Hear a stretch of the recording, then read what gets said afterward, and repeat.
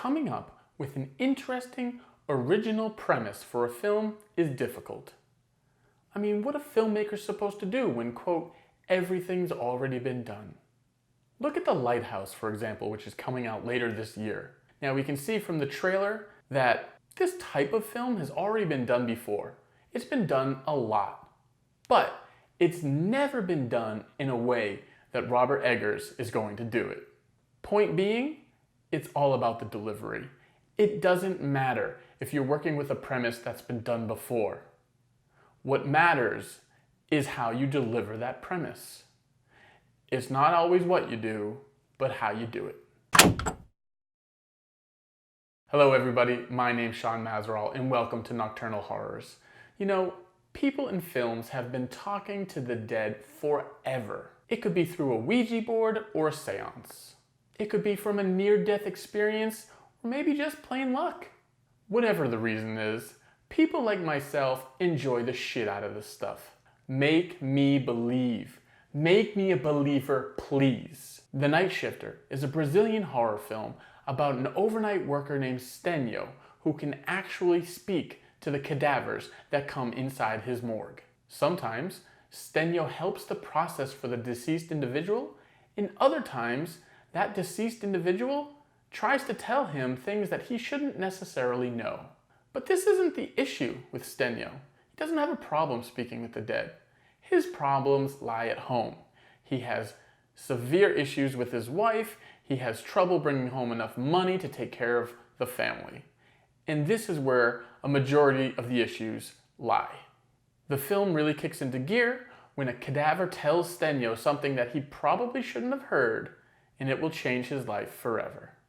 And that's when we get to see what type of husband, father, and overall human being Stênio really is.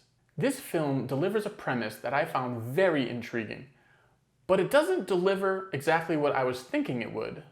It turned left when I thought it was going to turn right in terms of mood, tone, and story.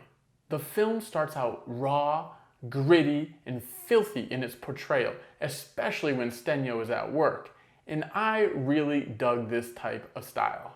However, it is mixed with some other supernatural elements that almost seem too fantasy-oriented, and I gotta say, I didn't like that style as much as I liked the raw grittiness of it.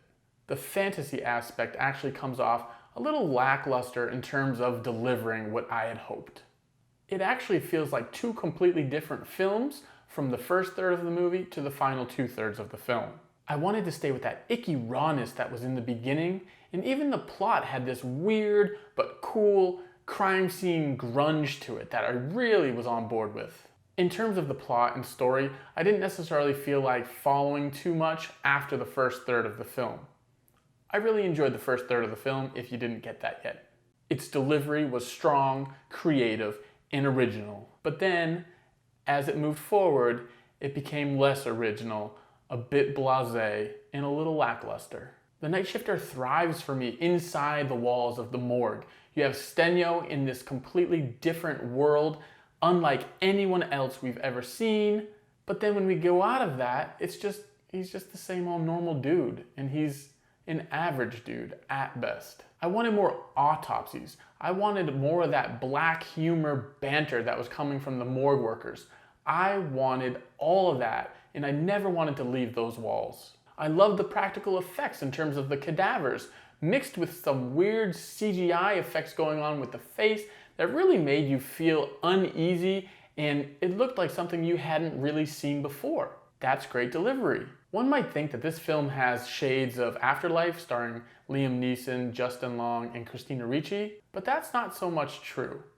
Other than maybe the initial logline of someone being able to hear dead people inside a morgue, that's about it. In terms of premise, it might seem a little like each other, but again, the delivery is so different. It goes in complete opposite directions from tone, mood, story, production design, everything. Completely different films. At the end of the day, Stênio is still kind of a bore, regardless of whether or not he can talk to the cadavers. That seems crazy to me. When it comes to speaking with the dead, give me Whoopi Goldberg all day and every day. Nothing is better than Whoopi Goldberg in Ghost speaking with the dead. Molly, you in danger, girl. And if I couldn't have Whoopi Goldberg to speak to after I die, give me Michael J. Fox. Preferably not Jake Busey. Michael J. Fox, The Frighteners. Please and thank you. Alright guys, thank you so much. I really hope you enjoyed this video. Please, if you haven't, watch yesterday's video. And if you have, look forward to tomorrow's 31 Days of Horror video. Thanks so much.